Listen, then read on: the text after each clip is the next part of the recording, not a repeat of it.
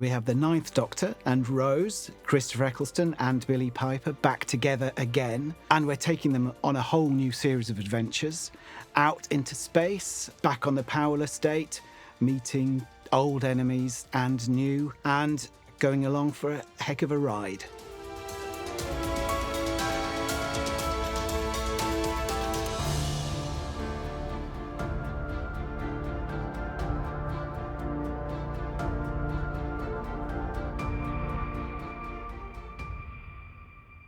It's lovely to see Billie again.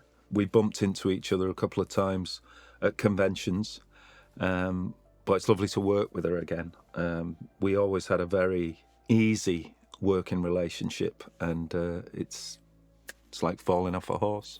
Chris and I do some conventions together, so it's nice to see him again after not being part of the Who world for so long. It's nice we've brought him back. And certainly the connection between the Doctor and Rose is about friendship. It's about opposites attracting. It's about how can I make you a better version of yourself and how can you make me a better version of myself.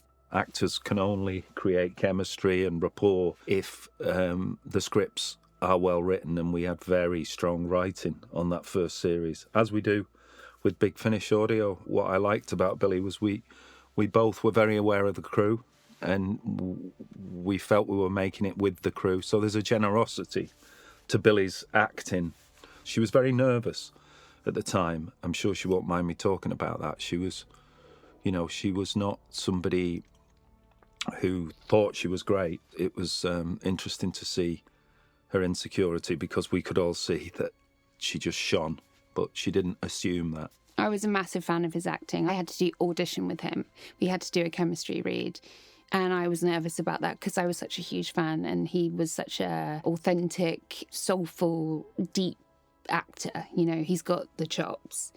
And, aspiring actors, which I was at the time, he would be up on that. You know, what sort of body of work would you like to follow? And he'd definitely be up there.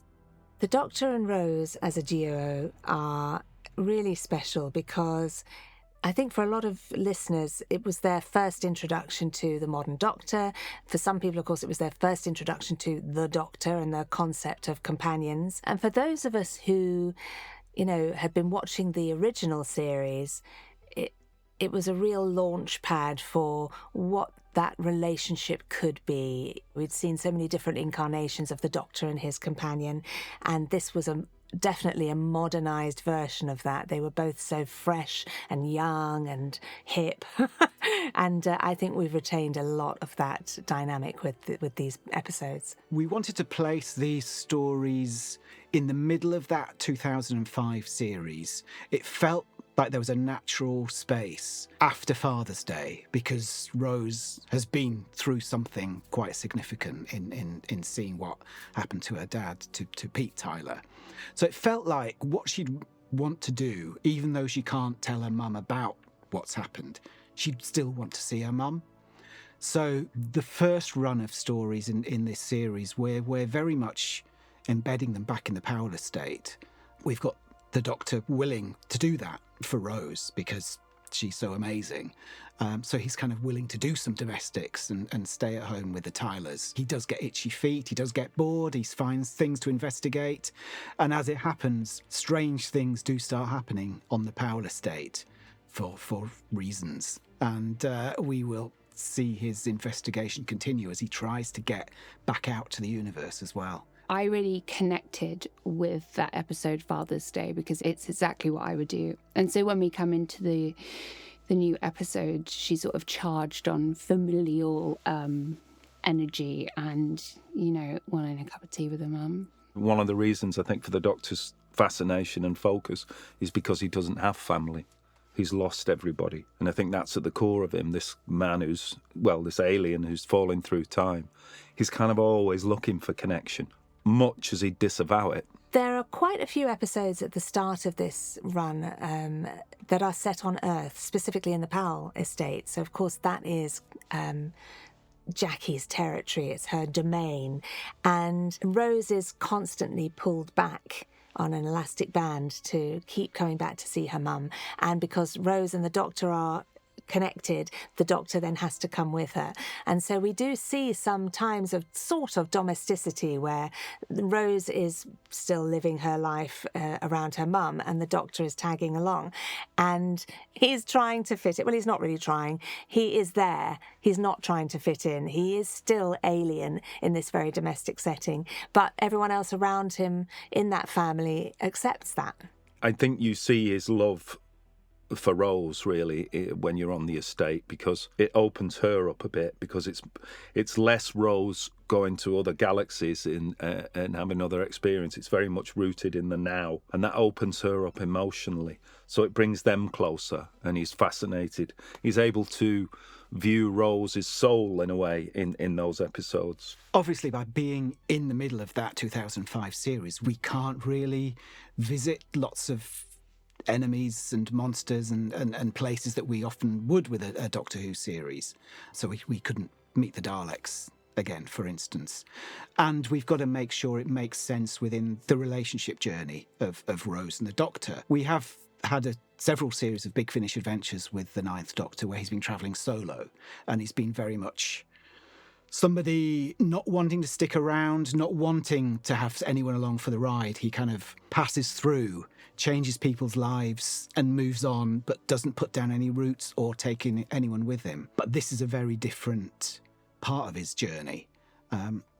He's met Rose, he's decided, OK, he's ready to let somebody in. The new episodes are so successful in mimicking Russell's voice. He's going to love these if he hasn't read them. I mean, they feel very much in the style of Russell. They feel very much 2005. We've got a theme running through.